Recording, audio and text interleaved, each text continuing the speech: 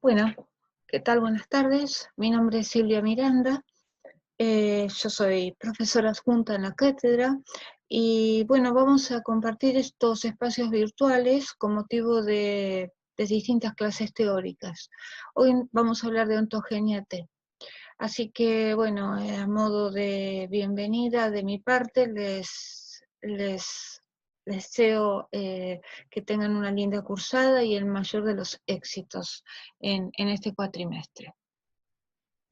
Así es que, bueno, vamos a comenzar a hablar de este tema de hoy. Y primero de todo quiero aclarar,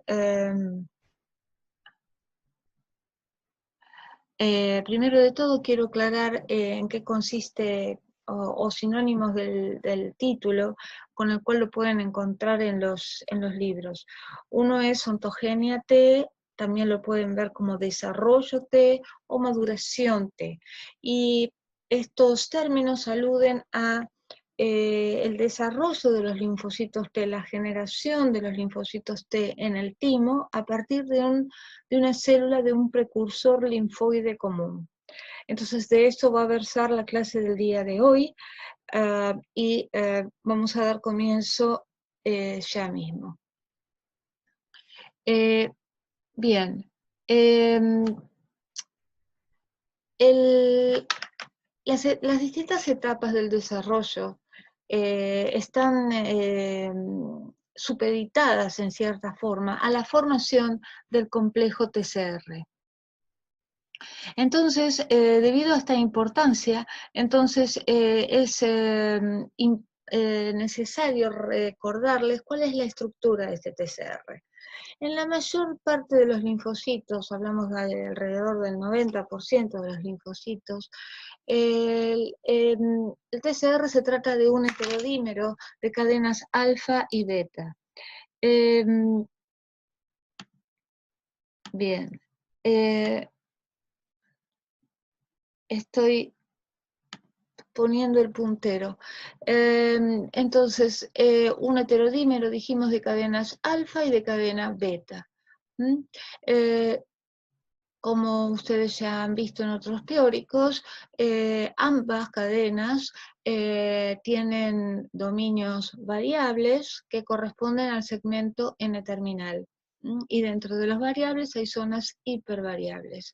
Estas zonas variables, alfa y beta, son las que van a determinar la especificidad de ese TCR, ¿sí? Y aquí entonces en esta zona va a estar la unión, el reconocimiento del complejo dual péptido antigénico con el antígeno de histocompatibilidad. El resto de la cadena, tanto alfa como beta, consiste en un fragmento constante, y luego viene un segmento transmembrana y una pequeña colita intracitoplasmática. Les decía que la mayor parte de los linfocitos son TCRs alfa-beta, pero existe aproximadamente un 10% como mucho o menos de TCRs que tienen una constitución diferente, que son cadenas gamma-delta, de los cuales vamos a conversar en un rato. Bien. Además del TCR propiamente dicho, una molécula accesoria que es sumamente importante es el complejo CD3. El complejo CD3 está formado por 4 cadenas peptídicas, 2 cadenas epsilon, una cadena gamma y una cadena delta. Son cadenas peptídicas más cortas, con un segmento también transmembrana, y tiene una colita intracitoplasmática un poquito más significativa. Además tenemos la cadena Z, ¿sí?, que forma parte de este complejo CD3, que, como ven, a la inversa, tiene una larga cadena intracitoplasmática. He representado en rectángulos color verde lo que se denominan motivos ITAM. Los motivos ITAM son segmentos peptídicos ricos en tirosina, y van a ser cruciales para la señalización intracelular. Es decir, cuando este TCR se une al complejo péptido antígeno de histocompatibilidad, y ese reconocimiento va a ser informado al interior de la célula a través de señales que comienzan con la fosforilación de estos motivos ITAM. Bueno, entonces la cadena, el complejo CD3 acompañan esta señalización, es vital para esa señalización, y además da estabilidad a las cadenas alfa-beta o gamma-delta en el caso que lo fuera. Bien, el TCR está también acompañado por moléculas que se denominan extracelulares, también cadenas peptídicas extracelulares principalmente, que son correceptores, y que se denominan CD4 y CD8. Como ven, el CD4 es un monómero que también tiene fragmentos constantes y variables, una cadena transmembrana y una colita citoplasmática que también no tiene motivos ITAM, pero son importantes también en la señalización. Luego tenemos los heterodímeros CD8, que están constituidos por una cadena corta alfa y una corta beta, y que también tiene incumbencia, digamos, en la señalización de señales intracelulares. Pero las funciones más importantes del CD4 y del CD8 como correceptores es la unión a la porción constante de los antígenos de histocompatibilidad. O sea, ustedes saben a esta altura que los linfocitos CD4 positivos, es decir, por ejemplo, va a tener un TCR alfa-beta, el CD3 que hemos visto en la diapo anterior, y puede tener CD4 o CD8, ¿sí? Los linfocitos T CD4 positivos van a ser aquellos que van a reconocer péptidos en el contexto de clase 2, que sería este de aquí. El CD4 va a interaccionar con las partes constantes del antígeno de histocompatibilidad. Aquí les puse las moléculas de histocompatibilidad para que las recuerden, ¿sí? En el caso de los antígenos de clase 2, están formados por cadenas, también son heterodímeros, cadenas alfa y beta.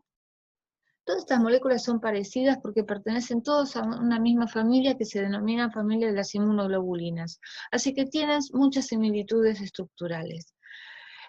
Bueno, entonces les decía que mientras aquí, supongamos donde tengo el puntero láser, ese sería el péptido, es reconocido el TCR junto a ese péptido el TCR reconoce al péptido en esta hendidura del complejo de histocompatibilidad de clase 2, y el CD4 reconoce la parte constante de esta molécula de histocompatibilidad.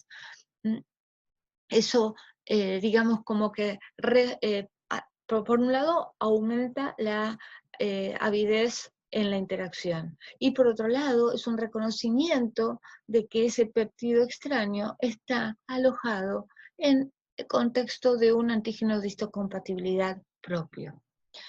Por su parte, la molécula CD8 realiza entonces el reconocimiento de la cadena constante, ¿sí? Sería el dominio alfa 3 de la molécula de histocompatibilidad de clase 1. Entonces, repito, supongamos donde tengo el láser, este es el péptido antigénico que es reconocido en la hendidura entre alfa 1 y alfa 2 por el TCR. Y la molécula CD8 del linfocito que tendrían aquí arriba, ¿sí?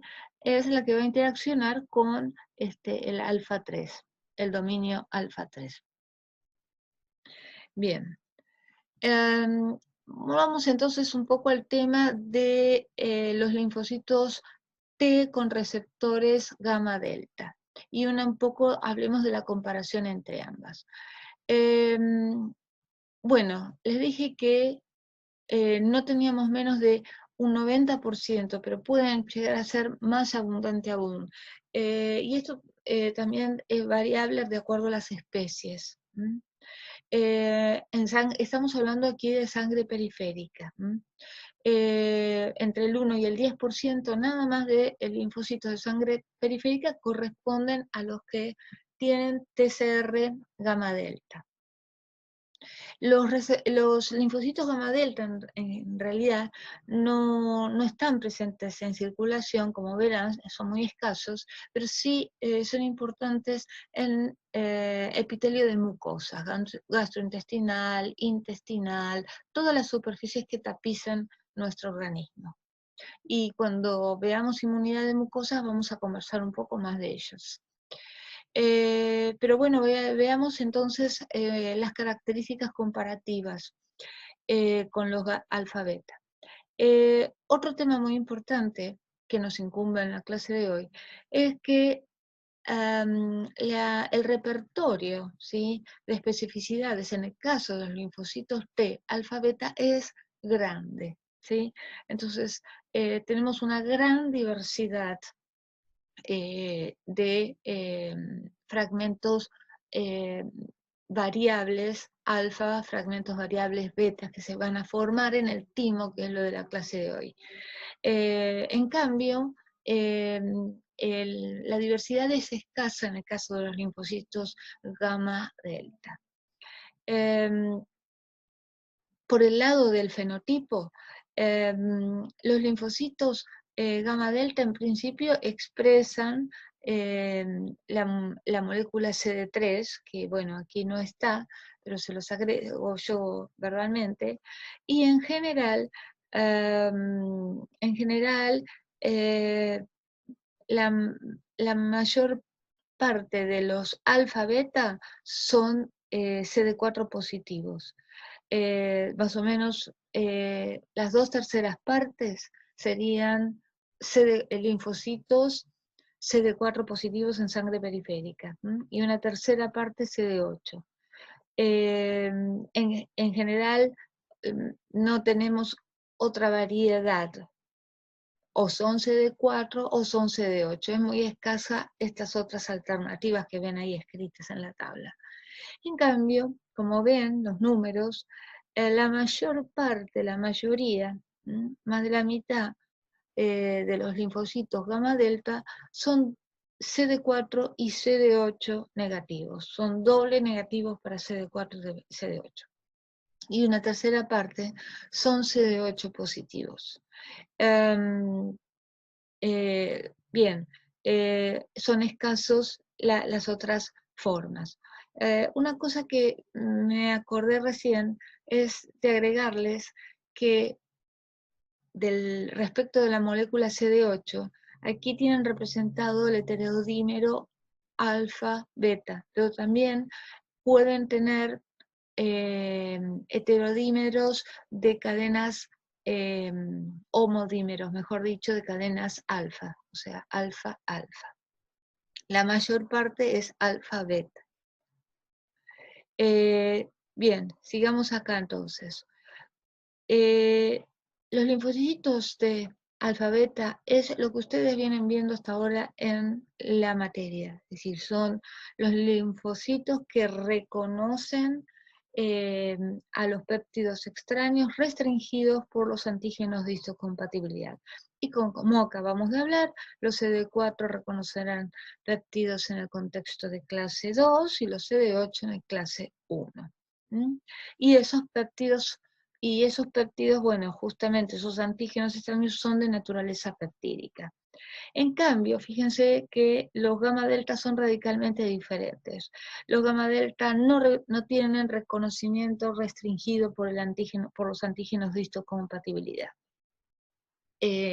Los linfocitos gamma delta pueden reconocer antígenos de naturaleza distinta a la peptídica, puede ser proteína intacta, no degradada, no digerida, ¿sí? O hidrofóbica, y variedades de lípidos como fosfolípidos, glicolípidos, ciertas alquilaminas, y muchas veces estas estructuras químicas son alojadas, cuasi presentadas, por moléculas que son similares, pero que no son antígenos de clase 1, que se denomina CD1, la molécula CD1. Muchas micobacterias presentan en su superficie estas moléculas y pueden alojar lípidos, por ejemplo, y presentarlos de esta manera a linfocitos gamma delta. De todas maneras, como les digo, es una proporción muy pequeña, ¿sí? Y tienen funciones más específicas en mucosas. Bien. Otra cosa que les quería resaltar acá es que el hecho de que aquí tengan un repertorio grande, pero que estos linfocitos gamma delta tengan un repertorio pequeño, habla de que, digamos, no pertenecen estrictamente a la respuesta inmune adaptativa, sino que sería como un puente entre la innata y la adaptativa, ya que justamente carecen de un repertorio de especificidades amplio. Bien. Como les dije al principio, los linfocitos nacen y se desarrollan en el timo. ¿Y qué es el timo? El timo es una glándula, un órgano que se encuentra por detrás del esternón, cerca del corazón, ¿sí? Se forma muy rápidamente en el desarrollo fetal. Un feto de 9 semanas de gestación ya tiene un timo funcional. Antes de esas 9 semanas, el hígado fetal es quien tiene la función hematopoyética, pero ya a partir de las 9 semanas de gestación hay un timo formado, y empiezan a producirse primero linfocitos gamma delta y rápidamente luego ya empieza la producción de linfocitos fetales alfa beta. Así es que al momento del nacimiento el timo está completamente desarrollado. Y continúa durante la niñez hasta la pubertad su desarrollo, ¿sí? En la pubertad se alcanza el máximo desarrollo del timo, con la máxima producción de linfocitos. Y luego comienza una involución. La involución no significa que desaparezca, sino que funcionalmente cada vez va haciéndose más pequeño el tejido y la producción de linfocitos T va disminuyendo a medida que se avanza con la edad.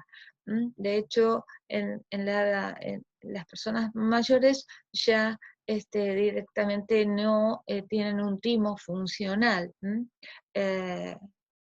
Y cuenta, digamos, con su bagaje de linfocitos ya formados previamente en su vida.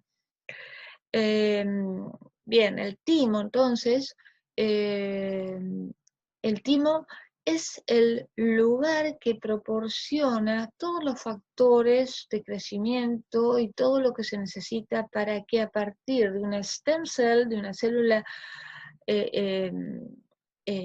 indiferenciada que viene de la médula ósea, entre al timo, se forme un progenitor linfoide y termine saliendo un linfocito T maduro.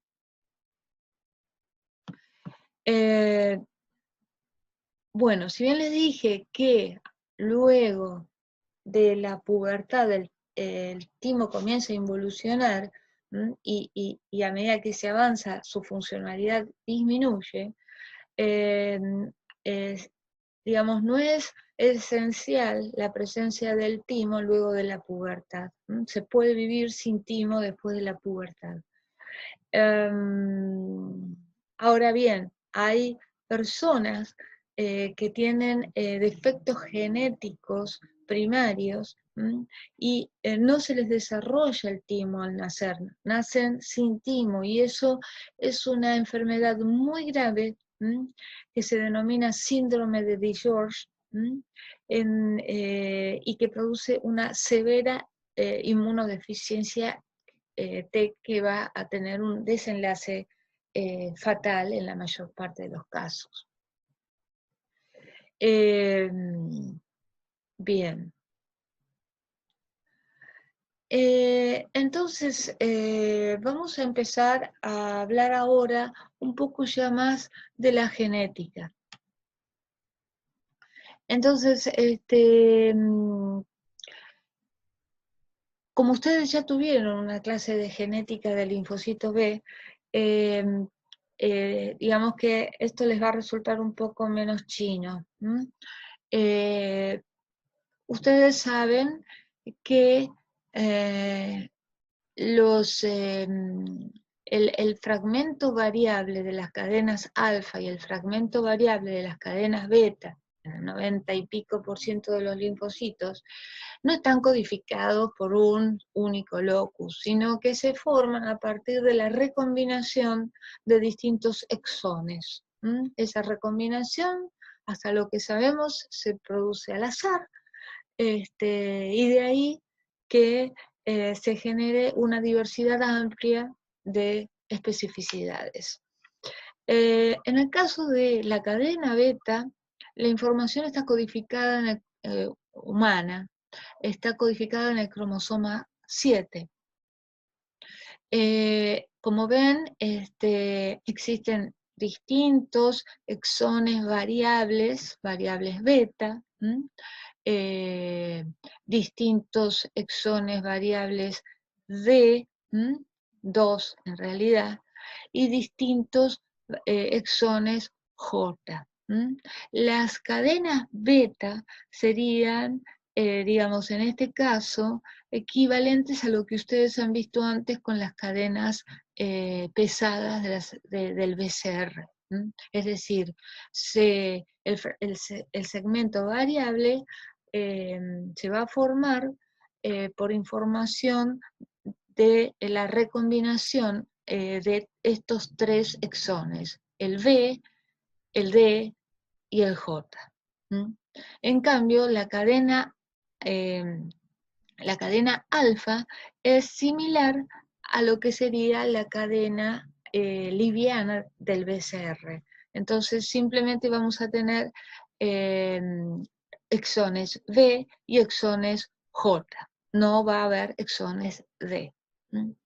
Entonces, vamos a ver, por ejemplo, en el caso de la cadena beta, se va a, supongamos, recombinar este exón que estoy señalando, supongamos que sea el exón beta 24, son aproximadamente 67, dice la diapo. Bueno, supongamos que el V beta 24 se une al D beta 2 y a su vez al D beta 2, 14. Entonces, esa combinación se va a dar una secuencia aminoácidica determinada en la región variable.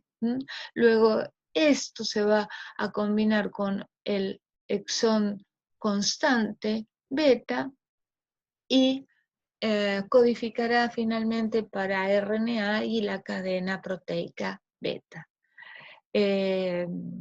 Bueno, aquí tienen representado el locus que corresponde a la cadena alfa y a la cadena delta. Fíjense que, por una curiosidad, simplemente la información necesaria para codificar para la cadena delta está inserta dentro del locus de la cadena alfa. Pero en realidad están muy distantes, está incluida pero distante. Si obviamos esto, esto no se va a recombinar, por ejemplo, el variable 23 con el J14. Es la información que está en el medio, entre la cual se va a encontrar todo lo que corresponde al locus delta, se perderá. Bien, la cadena gamma humana codifica en el cromosoma 7, pero también, como ven, está distante de la cadena beta. Si el linfocito reorganiza cadena alfa y beta, no va a reorganizar gamma y delta, son mutuamente excluyentes. Y dado la proporción alta de TCRs alfa y beta, la reorganización es prioritaria para alfa-beta. Bien, entonces vamos a repasar un poco cómo era este mecanismo de recombinación, que lo dije así, digamos, en el aire, sin mecanismos moleculares. La recombinación de un determinado exón con otro exón se realiza por reconocimientos de secuencias señales de recombinación, SSR. Esas secuencias señales de recombinación están representadas aquí en naranja, digamos, es un heptámero formado por esta secuencia unívoca, un espaciador de nucleótidos y una secuencia de nucleótidos de 9 bases, ricas en AT. Entonces, las SSR pueden ser con espaciadores de 12 nucleótidos entre el heptámero y el nonámero, o de 23. Si es un espaciador de 12, eso equivale a un giro de cadena de ADN, ¿sí? Si fuera una escalera de espiral, sería una vuelta para llegar a la misma altura que al inicio. Y el espaciador de 23 corresponde a 2 vueltas, ¿sí? Subieron 2 pisos por esa escalera espiral. Lo que tienen aquí ejemplificado es el exón. En este caso puse B, podría ser cualquier exón. Entonces, cada uno de estos exones que hemos hablado, ya sea el B, el D o el J, va a estar flanqueado por SSR, por secuencias señales de recombinación. Y las enzimas recombinasas, que se denominan RAG1 y RAG2, son quienes van a reconocer estas secuencias señales de recombinación, ¿sí? Y van a permitir esa unión entre un exón y otro, como tienen en esta figura representado. En esta figura, el exón naranja se aparió con el exón verde, ¿sí? Y entonces acá tienen como las recombinasas, que serían estas flechitas, han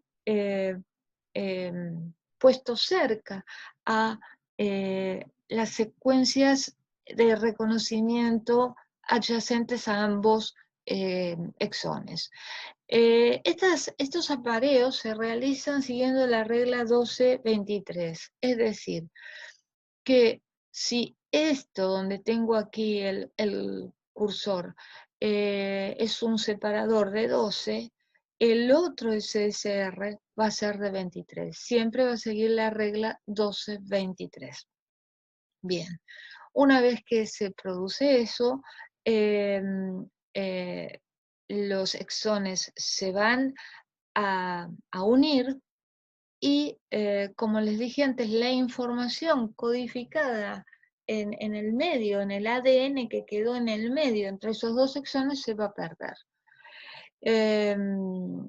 Esto es la forma de recombinación por delesión, que es la más habitual. Hay otra forma, que es la de inversión, en donde es una rosca que se arma y la información se retiene, pero es menos frecuente.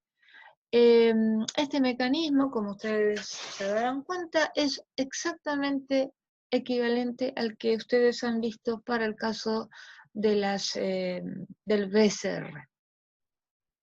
En esta otra diapo lo tenemos un poquitito con más detalles. Aquí tienen nuevamente los dos exones que se van a juntar, ¿sí? Las enzimas RAC1 y RAC2 han puesto cerquita estos dos exones, siguiendo la regla 12-23, y esto corresponde a una de las hebras de ADN. La otra hebra todavía permanece intacta. Entonces, cuando estas mismas RAC1 y RAC2, entonces van a cortar esa hebra de ADN entre el exón y el heptámero. Aquí, justo donde están los triangulitos violeta. Entonces, esto es lo que se pierde y nos queda que esa hebra quedó cortada con extremos libres, mientras que la otra quedó sin tocar. Entonces, la hebra de ADN del exón que quedó escindido ataca a la otra hebra, ¿sí? Y entonces va a formar una horquilla covalente. Entonces, aquí ya tenemos, digamos, los dos extremos de la doble cadena del ADN cerca y en ese estado cerquita y cortado. Bien. Luego intervienen otras enzimas, una es artemisa, que va a abrir esta horquilla que se formó por esa desestabilización que se produjo en una de las hebras de ADN. Entonces la tiene que abrir. Al abrir, inmediatamente va a haber endonucleasas que pueden degradar algunas bases, ¿sí? Degradar algunas bases, ¿sí? Y por otro lado también se pueden adicionar nucleótidos. Este último mecanismo lo vemos mejor en la siguiente diapositiva. Entonces, aquí tenemos esquematizado el punto donde las dos hebras de ADN están formando la horquilla. Entonces, aquí viene donde está la flecha, el sitio de corte que produce la enzima artemisa. Ese sitio de corte es variable. Por ejemplo, en este dibujo es azarosamente aquí y aquí en este otro lugar. Bien. Cuando se corta, se están formando estos extremos. Entonces,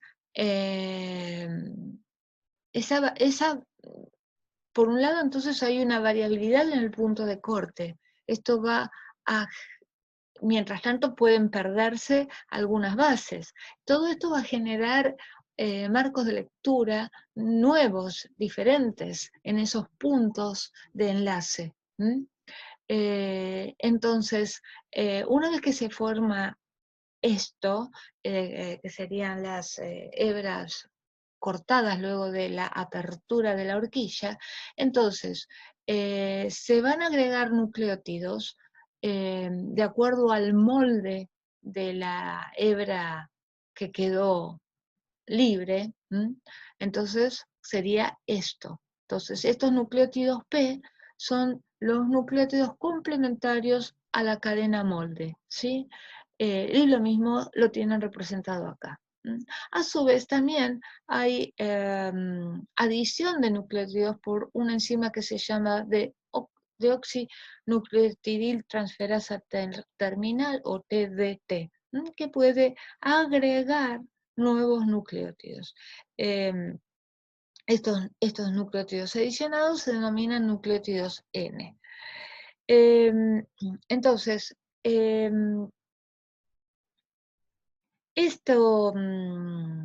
esta adición de nucleótidos N ocurre en el caso de los linfocitos, de los TCR alfa-beta en ambas cadenas. Tanto puede ocurrir en las cadenas alfa como en las cadenas beta. Mientras que en los BCR ocurre únicamente en las cadenas pesadas. Es decir, que nosotros aquí, en el caso del origen de la diversidad de receptores TCR, vemos un punto de plus, de mayor probabilidad de diversidad de especificidades, debido a que las dos cadenas pueden añadir nucleótidos N. Bueno, y bien, acá lo que está diciendo es que, como habíamos hablado que teníamos zonas hipervariables en las cadenas variables, en la zona variable de las cadenas alfa y beta, tenemos CDR1, 2 y 3. Pues el CDR3, como verán, como está aquí señalado, es el punto de unión de todos los exones, ¿sí? Es donde se une el exón B con el D, y del D con el J. Es decir, que esos puntos de unión son las zonas de máxima variabilidad. Dentro de las hipervariables, la de máxima variabilidad. Bien. Bueno, unión alterna de segmentos D, este es otro factor que es diferente a la generación de diversidad para el BCR. ¿Sí? Este mecanismo no ocurre en el caso de los BCR, ocurre solo para los TCR. Y el tema es el siguiente. En el caso del receptor vamos aquí, a las inmunoglobulinas que ustedes ya vieron en el teórico. Entonces, aquí tenemos, por ejemplo, el exón en verde D, el exón D de la cadena H, flanqueado por dos triángulos azules. Yo les puse con azul las secuencias de reconocimiento de un giro. Las que estaban separados por 12 nucleótidos, y con amarillo las de 2 giros. Como verán, en el caso de las inmunoglobulinas, los exones están flanqueados por un mismo tipo de SSR. En cambio, en el caso, acá puse delta, podría haber puesto beta, ¿ok? Están flanqueados por un triangulito azul y uno amarillo. Esta diferencia que ustedes dirán, ¿y esto es tan importante? Sí, porque para seguir la regla 12-23, en el caso de las inmunoglobulinas, solo se puede hacer esta combinación. O sea, un VH, este sería el B, el cuadradito verde sería el exón B, el amarillo entonces es el SSR de un giro. Para combinarse con un amarillo, no tiene otra más que combinarse con uno de los D, que es el azul, y el azul, y a su vez el D con el J. O sea que la única forma de seguir con la regla es hacer la secuencia de un exón B con un exón D con un exón J. Mientras que esta disposición de que los SSR de 1 y de 2 giros estén adyacentes a cada exón, en el caso de las cadenas de beta o delta del receptor T, hace que se puedan combinar distintos. Por ejemplo, B con J. ¿Ven? Ahí tienen uno amarillo con uno azul. Sería esta combinación. Pero también podemos combinar este amarillo, B, con el D, con este D, y con este J, que sería esta segunda alternativa. O también podemos hacer esta otra, este B con este D, con este D, con este J. Entonces, ustedes ven que esto aumenta muchísimo las posibilidades matemáticas de combinación. Entonces, en favor, digamos, de la diversidad del TCR. Bueno, ahora aquí tenemos otra diferencia que es muy importante con respecto a la diversidad del BCR. Los receptores, los genes TCR no experimentan mutación somática. Los genes funcionales originados por el reordenamiento durante la maduración en el timo van a ser los mismos, exactamente los mismos que vamos a tener en la población periférica madura. No va a haber ningún tipo de, no va a haber ningún tipo, va a reducirse, digamos, la posibilidad de que haya una mutación en ese TCR generándose una célula autorreactiva. Este punto, recuerden, es muy distinto a lo que ocurre en los linfocitos B, en donde en las respuestas para antígenos T dependientes ocurre hipermutación somática, ¿sí? O sea, justamente los BCRs pueden mutar aminoácidos de su parte variable del BCR, de esta forma aumentar la afinidad por el antígeno. Esta posibilidad no ocurre acá y es para evitar la creación, la generación de células autorreactivas. Ustedes dirán, y bueno, ¿y no tenía la misma posibilidad con el linfocito B de que se genere una célula autorreactiva? Sí, la tenemos, pero el linfocito B autorreactivo poco puede hacer si no tiene la colaboración del linfocito T. Es decir, que el control de la autoinmunidad es más severo en el caso de los linfocitos T, ¿sí? Que finalmente un linfocito B autorreactivo no va a ir lejos sin la colaboración de los linfocitos T. Bueno, espero que hayan comprendido este concepto. Bueno, esta es una cuenta matemática que pueden realizar el número de combinaciones posibles a partir del número de exones que hay, B, D y J, y de los mecanismos de diversidad que hemos hablado. Entonces, bueno, como ven, la unión alterna del segmento D no existe en el caso de las inmunoglobulinas y sí existe para las cadenas B, beta y delta. Bueno, la flexibilidad de unión, el punto de corte y todo eso es equivalente. La adición de nucleótidos N no ocurre en el caso de las cadenas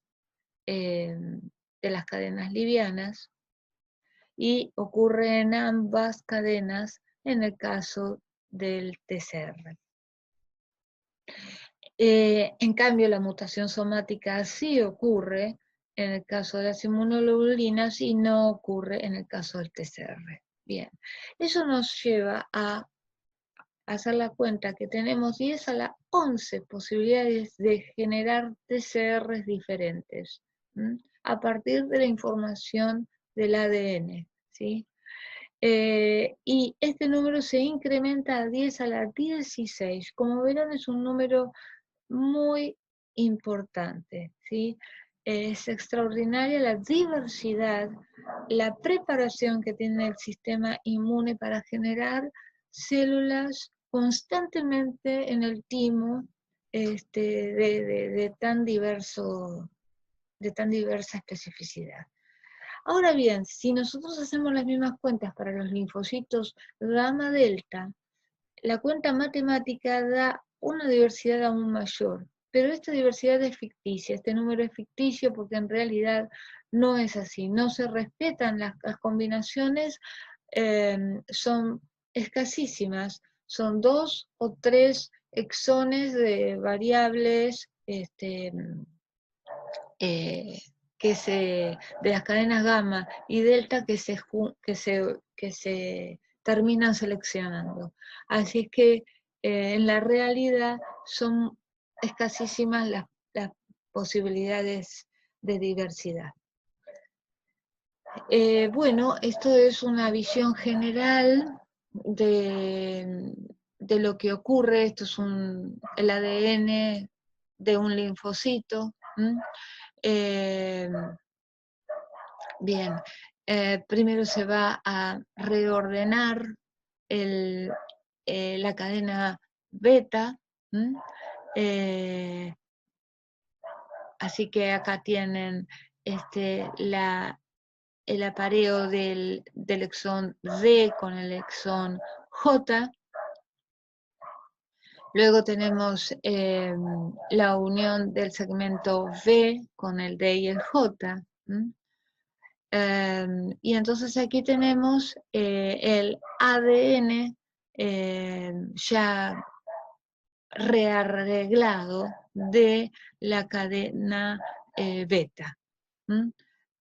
Acá tenemos en el estadio que corresponde, que va a ser más adelante en el tiempo, se van a comenzar a reorganizar las cadenas gamma y se van a reordenar los segmentos variables con J, con el J. Bien, entonces tenemos, bueno, una vez que cada ADN va a llevar adelante su transcripción, va a dar su RNA y su cadena proteica correspondiente, las cuales van a terminar siendo ensambladas formando el heterodímero alfa-delta. En definitiva, entonces, para concluir con esta parte, el timo termina generando 2 linajes de timocitos. Entonces, uno de ellos es los linfocitos con TCR gamma delta, que expresan la molécula CD3 y que en la mayoría de los casos no tienen ni CD4 ni CD8. ¿sí? Eso va a ser exportado a la periferia. Y por otro lado, ahora vamos a explicar esto de dónde viene, va a terminar el producto final de los linfocitos con receptores alfa-betas van a ser linfocitos simple positivos para CD4 o simple positivos para CD8. Y estos son los que van a ser exportados a periferia. Bueno, entonces ahora vamos a incorporar la información que les di de la parte de la genética del TCR a la maduración propiamente en el timo. Bueno, entonces, si nosotros, si me permiten la imagen, hagamos de cuenta que el timo es una manzana, ¿sí? Entonces en una manzana nosotros tenemos una corteza y la zona central de esa manzana donde están las semillas sería la médula del timo. La maduración de los linfocitos ocurre en el sentido desde la corteza hacia la médula del timo y luego de la médula del timo sale a circulación periférica. Entonces, las células más inmaduras entonces van a estar en la parte más externa, ¿sí? Bien, aquí tenemos el cursor. Entonces, primero de todo, la célula STEM, la célula indiferenciada que viene de médula ósea, viene por circulación y va a entrar a la parte por la corteza del timo. Y ese entorno tímico va a hacer que esa stem cell se diferencie a un precursor linfoide. El primer estadio, ¿sí?, que nosotros nombramos se lo llama pro-T. Luego viene un estadio de maduración que se llama pre-T. Y luego viene un estadio que es doble positivo. Y el doble positivo lo asignamos a CD4, CD8. O sea, estos van a ser timocitos. Se denominan timocitos a las células tímicas en desarrollo, o sea, a los linfocitos T en desarrollo. Entonces, estos doble positivos van a ser timocitos CD4, CD8 positivos. Luego tenemos el estadio de simple positivo, que va a ser timocitos CD4 o CD8 positivos. Y finalmente, la célula madura T, ¿sí?, que es la que va a estar, entonces dijimos, en la parte central, en la médula del timo, y es la que va a salir a periferia. Bien, vamos a volver a empezar entonces. En el estadio pro-T, o sea, como ya les dije, es doble negativo es decir, que no hay ni expresión ni de CD4 ni de CD8. En realidad, pueden encontrar en los libros que que este estadio de pro-T se diferencia en doble negativo 1, 2, 3, 4. Pero a grandes rasgos, lo importante es que va a ir cambiando el fenotipo, ¿sí? Primero va a expresarse la molécula CD25, la molécula CD25 es la cadena alfa del receptor de IL-2. Bueno, se va a expresar el receptor de interleuquina 7, que es una interleuquina que es esencial para el desarrollo de los linfocitos T. Si no tenemos interleuquina 7, no hay desarrollo de los linfocitos T. Y esto también es causa de una inmunodeficiencia muy severa, ¿sí? Cuando justamente hay mutaciones a nivel de la IL-7 o de su receptor. Lo que ocurre es que justamente la inmunodeficiencia es por falla en el desarrollo T y también del B, que también resulta esencial para el desarrollo B. Bueno, ¿qué tenemos aquí? Empiezan olas de expresión de enzimas, ¿sí? Las enzimas empiezan a expresarse porque van a ser necesarias para estar listas para los reordenamientos. Entonces se van a ver ventanas de expresión de RAG y de TDT. Y entonces eso significa que se van a ir, todo esto es un proceso, ¿sí? Esto no es que desde un estadio saltamos al otro, sino que van ocurriendo cosas progresivamente. Entonces, luego de la expresión de estas enzimas, de las recombinasas, entonces van a empezar los reordenamientos de las cadenas beta. Entonces se reordena la cadena beta y la cadena beta se expresa en la superficie y se forma lo que llamamos prereceptor T.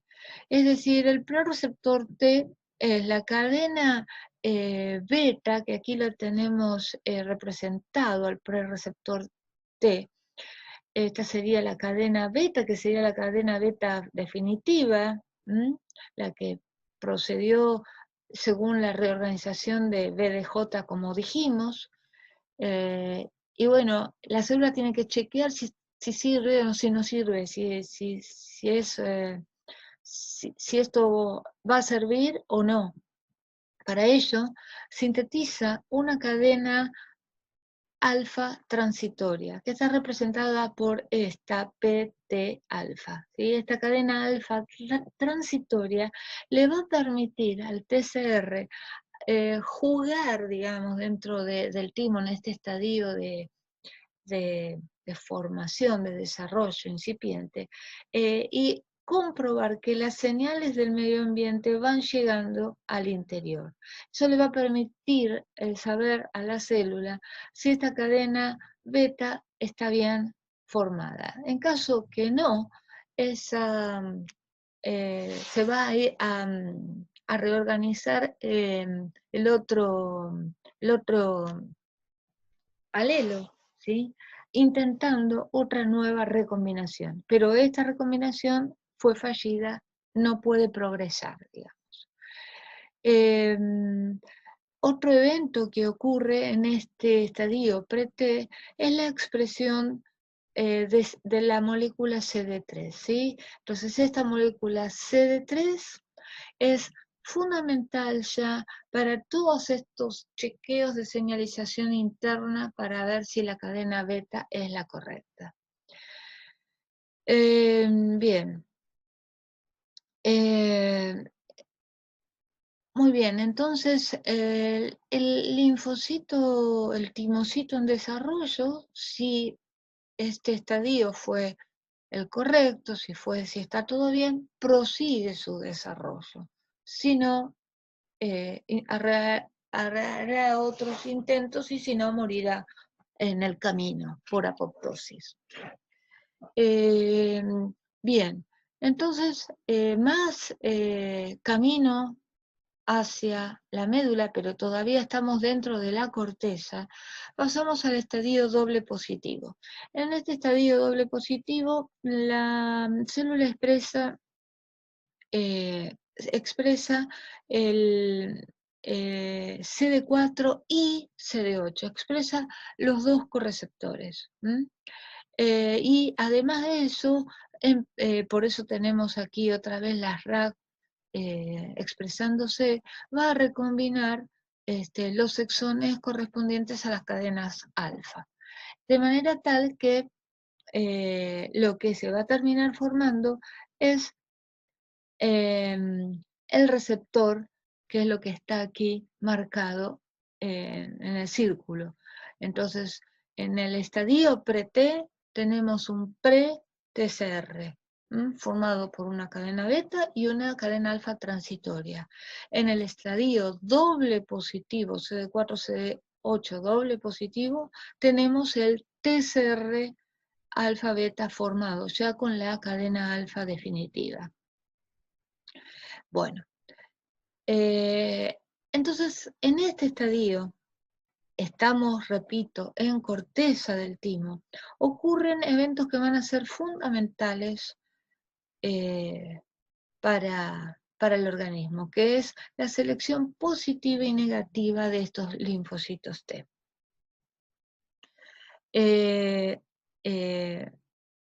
Así que ahora nos vamos a dirigir a este punto en la siguiente diapositiva. Antes de eso les leo esto que está aquí abajo, que la migración hacia la médula, o sea, ese camino que hace el timocito durante su desarrollo de corteza hacia la médula está guiado por quimiosinas que son las CCL19 y CCL21, que son producidas por las células epiteliales de la médula del timo. Y los timocitos expresan inicialmente, dentro de las primeras cosas en su desarrollo, van a expresar el receptor CCR7 para estas quimiosinas, de manera que van a ir siendo atraídos hacia ese gradiente de quimiosinas a la médula. Bueno, dicho este agregado, entonces vamos a proceder ahora a ver cómo se hace la selección positiva y negativa de ese timocito doble positivo. Bien, ¿qué es lo que necesitamos de un linfocito? Nosotros, este sería el linfocito CD4, CD8 positivo, ¿sí? Necesitamos que ese linfocito reconozca péptidos en el contexto de los antígenos de histocompatibilidad propios. Es decir, que necesitamos que haya un reconocimiento de ese antígeno de histocompatibilidad que acá está representado por este color celeste. Entonces, ese timocito que ya tiene su cadena alfa y su cadena beta formada, y aquí tenemos su correceptor, es CD4 y CD8, pero esta célula está interaccionando, este palito, digamos, que está dibujado acá, está reaccionando, está reconociendo a la parte constante del antígeno de histocompatibilidad de clase 2. Así que este naranja es una molécula CD4. Entonces, bueno, si puede ser entonces que ocurra esto, o puede ser que el péptido que reconozca lo haga en el contexto de clase 1, y entonces la molécula que va a interaccionar va a ser una CD8. Pero lo importante es que haya un reconocimiento de los antígenos propios. Entonces, la selección positiva es justamente el rescate de la muerte celular por apoptosis de aquellos timocitos que reconocen a los antígenos de histocompatibilidad propios, sea de clase 1 o de clase 2. Todos los linfocitos, todos los timocitos que no reconocieron, que no lograron este reconocimiento, que carecen de esta selección positiva, no serán rescatados y por lo tanto morirán por apoptosis. Esto ocurre en el más del 90% de las células que han llegado hasta este estadio. Más del 90% de las células que se han tomado todo el trabajo de la reorganización génica van a morir por apoptosis, porque no reúnen el requisito crítico de reconocer antígenos de histocompatibilidad propio.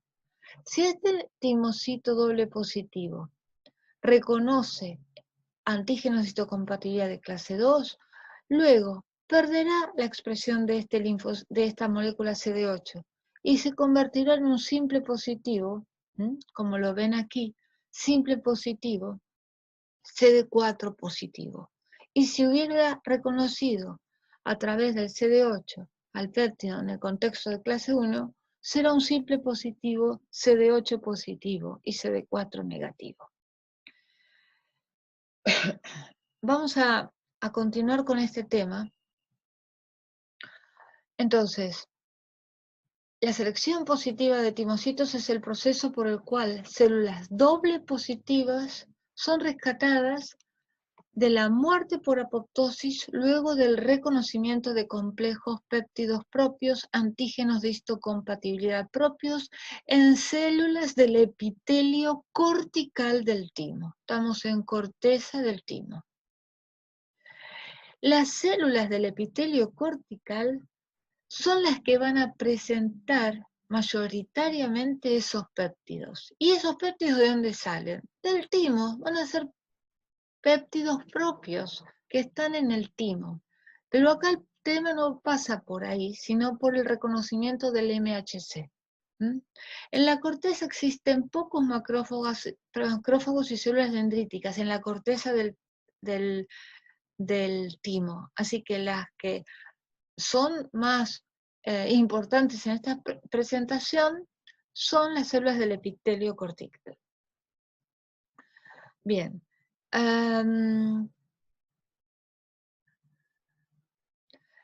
Bueno, aquí en este último párrafo hacemos alusión a otra inmunodeficiencia importante, que es la debida a la carencia de moléculas de histocompatibilidad, carencia genética, falta el gen que expresa moléculas de histocompatibilidad, ya sea de clase 1, de clase 2 o de ambos. Y esto va a ocasionar déficit cuantitativos y funcionales en los linfocitos T, porque lo que va a fallar es justamente esta selección positiva. Bien. Y bueno, esto ya lo dijimos, que van a morir todos los que no reconozcan. Bueno.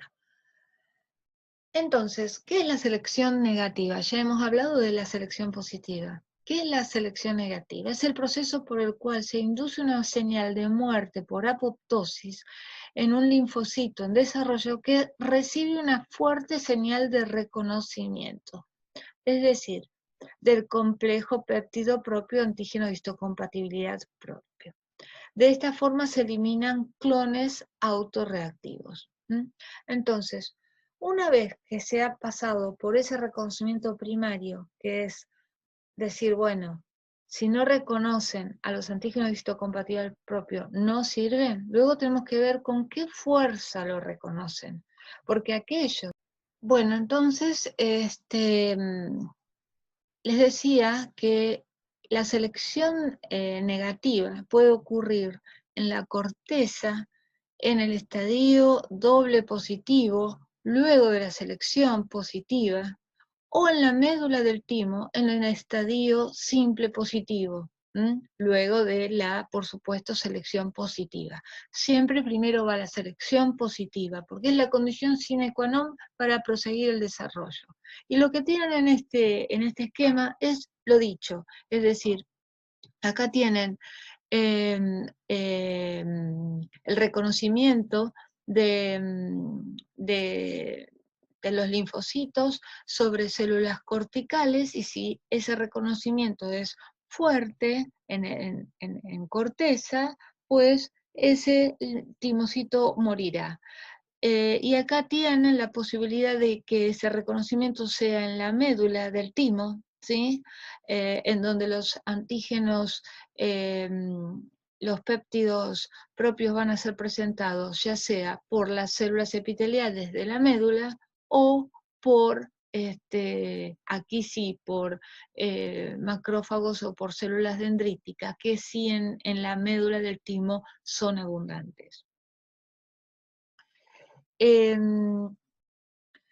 La selección negativa, entonces, es una forma de evitar que salgan a la periferia linfocitos con una alta avidez hacia el complejo, hacia péptidos propios en el contexto de antígenos de histocompatibilidad propios. Pero para que esa selección negativa sea válida, durante muchos años uno se preguntó, o los inmunólogos se preguntaron, ¿cómo podía ser que se adquiriera esa capacidad en el timo donde la posibilidades de mostrar péptidos propios era limitada? Bueno, así es como se descubrió un gen que que en castellano se escribe aire, pero que corresponde a siglas en inglés de gen regulador de la autoinmunidad, que se expresa en células epiteliales de la médula del timo.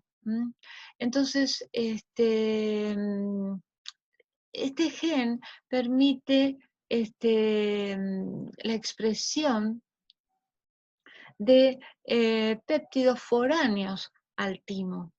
Entonces, de manera que podemos presentar en el timo proteínas de la retina, de los ovarios, que indudablemente no van a estar nunca en el timo. Entonces, de esta manera, los timocitos en desarrollo también tienen la posibilidad de chequear si no tienen demasiada avidez por antígenos que están fuera del propio timo. Bien.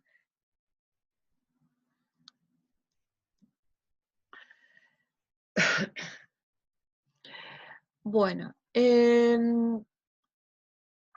a pesar de la existencia del gen aire, la selección negativa no va a eliminar absolutamente, es imposible pensar que este método, que este sistema puede ser absoluto, de una eficiencia suprema. Es decir, que a pesar de la existencia del gen aire y de todos los cuidados que se tienen en la selección positiva y negativa, puede llegar a salir a periferia linfocitos que, que sean específicos y que tengan avidez hacia péptidos propios presentes en el tejido, que pueden estar secuestrados o que se presenten en distintas etapas del desarrollo, y bueno, eso hace necesario que operen, que haya importantes mecanismos de inducción de tolerancia periférica para evitar que los linfocitos maduros puedan llegar a ser autorreactivos.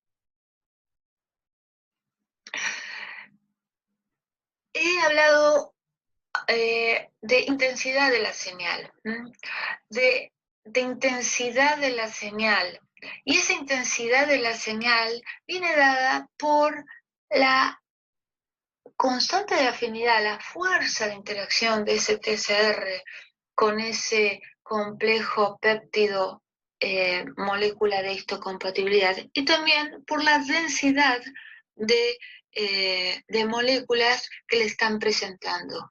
Todo eso va a dar cuenta de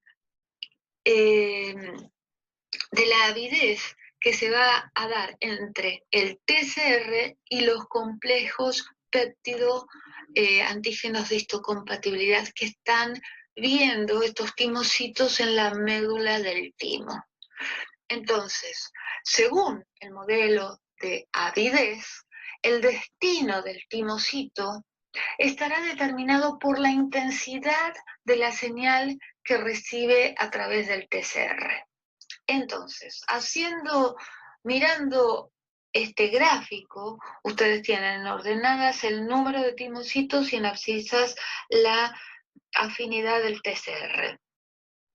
Entonces, hemos dicho antes que aquellos timocitos que presentan baja afinidad por el antígeno de histocompatibilidad van a ser delecionados, o sea que estos han muerto, han sido, sí, muertos por apoptosis en la corteza durante la selección positiva.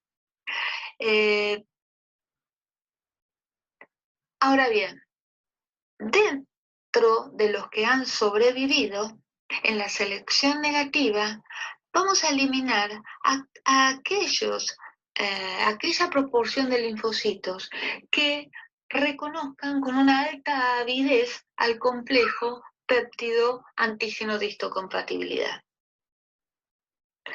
Esto es entonces la delesión clonal por selección negativa.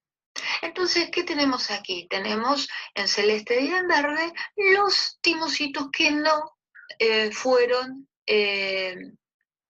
delecionados por apoptosis. Entonces,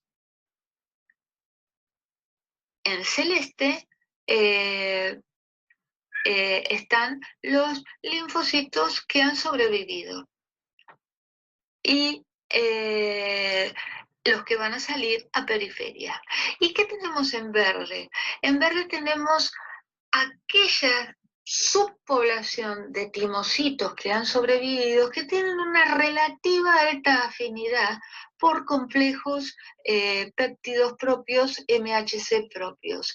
este pequeño porcentaje de timocitos que reconocen con una relativa alta afinidad a los antígenos propios van a formar parte de la población reguladora.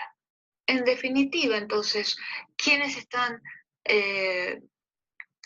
quiénes van a salir a periferia? Los timocitos con una moderada avidez hacia complejos péptidos propios antígeno de histocompatibilidad.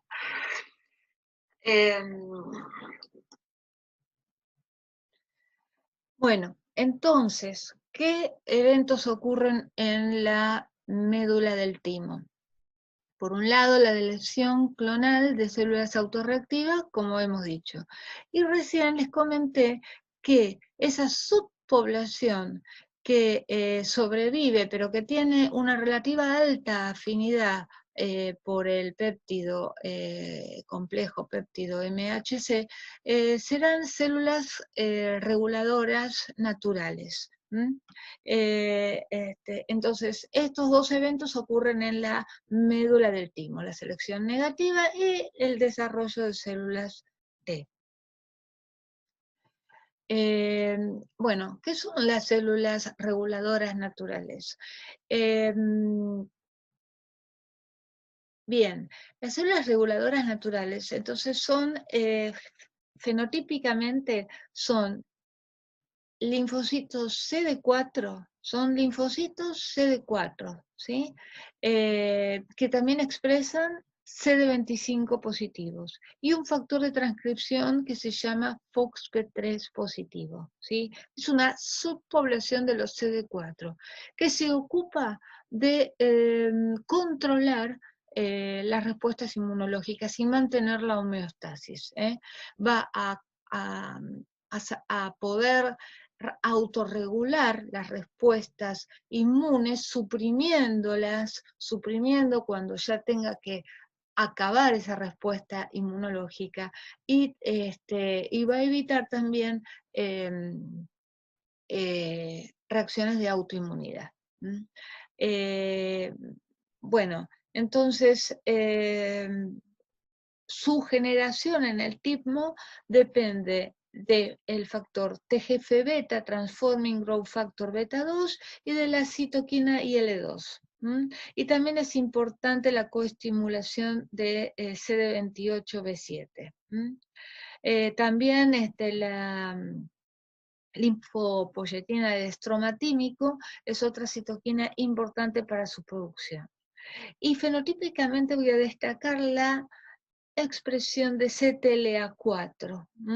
CTLA4 es una molécula inhibidora que va a ser crucial para explicar su función. Bueno, entonces, en la etapa final de maduración de las células T, ocurre en la médula del timo. Después de 3 a 4 días en la médula, los linfocitos TSD4, entre los cuales van a estar los los T reguladores naturales y los linfocitos CD8, van a aumentar la expresión del receptor para esfingosina 1-fosfato, y eso, la esfingosina 1-fosfato, es un factor que está aumentado en circulación, y eso les va a permitir la salida a periferia, ¿sí? Entonces, también estos linfocitos, además de la expresión del esfingosina 1-fosfato receptor y de él, expresan L-selectina. L-selectina le va a permitir luego la entrada a los ganglios linfáticos, a los órganos linfoides secundarios para la búsqueda del antígeno. Entonces, ¿qué es lo que en definitiva hemos visto que sale del timo? ¿Qué entró al timo? Entraron células indiferenciadas que venían de médula ósea. ¿Y qué salió del timo? Lo que salen son células, linfocitos T, CD4 positivos o linfocitos T, CD8 positivos, naive o vírgenes y maduros. ¿Qué quiere decir vírgenes? Vírgenes significa que no han visto el antígeno aún, y que justamente en periferia lo van a buscar. ¿Y maduros qué quiere decir? Maduros quiere decir que si lo encuentran, están capacitados para activarse y generar las células efectoras correspondientes. ¿Qué otra cosa salía del timo? Salían linfocitos T, CD4 positivos, CD25 positivos, FOXP3 positivo, que son los T reguladores, ¿sí? Y también en el otro tipo de linfocitos que se generan en el timo son los linfocitos T gamma delta, que es una baja proporción. Bien, ¿qué van a hacer estas células? Las células van a recircular. Vamos a hablar, a dirigirnos específicamente por los motivos que ya hemos expresado acerca de la diversidad, etcétera, a los TCR alfa beta. Entonces estos linfocitos CD4 y CD8 vírgenes maduros salen del timo y van a recircular, y esa L-selectina que expresan les va a permitir la entrada a los órganos linfoides y el patrullaje a través de todos estos órganos linfoides que ustedes han visto en clases anteriores, ¿sí? Entran, buscan a su antígeno y si no lo encuentran salen y entran en otro y así sucesivamente y recirculan, ¿sí? Hasta que termina su vida media. Si no encuentran al antígeno, pues termina su vida media y mueren. Y si lo encuentran, en ese órgano linfoide se activarán y se diferenciarán a las células efectoras correspondientes. Mientras tanto, ¿qué ocurre? Bien, el antígeno entra al organismo, puede ser un microorganismo, a través de la piel, de un tejido de mucosas, bien, y se va a dirigir al, va a generar un foco inflamatorio local, como ustedes ya han visto en las primeras clases, se va a poner en marcha la respuesta inmune innata, y todo ese foco inflamatorio va a permitir que las células dendríticas capten a esos microorganismos y lo lleven al órgano linfoide más cercano para su presentación a los linfocitos T. En ese trayecto hasta el órgano linfoide, las células cambian su fenotipo. La célula dendrítica antes era una célula inmadura que estaba preparada para captar al antígeno. Entonces era una célula que expresaba receptores para FC, receptores de manosa, estaba preparada para captar. En cambio, una vez que ya capturó al antígeno, entonces se tiene que transformar en una célula presentadora, va a madurar como célula presentadora, ¿sí? Y entonces lo que va a dejar de expresar tantas dendritas, tantos receptores preparados para captar ese antígeno, y va a aumentar la expresión de moléculas coestimuladoras que le va a permitir justamente proceder a ese papel de célula presentadora de antígeno para activar al linfocito T. Y va a aumentar también la cantidad de antígenos de histocompatibilidad para justamente ejercer mejor ese rol. Las células dendríticas, como ustedes han visto en el teórico correspondiente, van a procesar, sea por vía endógena o exógena, a los péptidos antigénicos y los van a presentar en clase 2 o en clase 1 respectivamente. Entonces se va a dirigir a los órganos linfoides secundarios, por vía linfática, ¿sí? Y van a dirigirse a las zonas donde van a llegar o donde van a ver linfocitos T, para ver si se encuentra con aquel linfocito que pueda reconocer a este par péptido antígeno de histocompatibilidad. Bien, entonces hasta aquí llegamos en el teórico de hoy. La próxima clase vamos a ver los eventos que ocurren a partir de esta activación. Así que por ahora nada más y los veré la próxima. Gracias.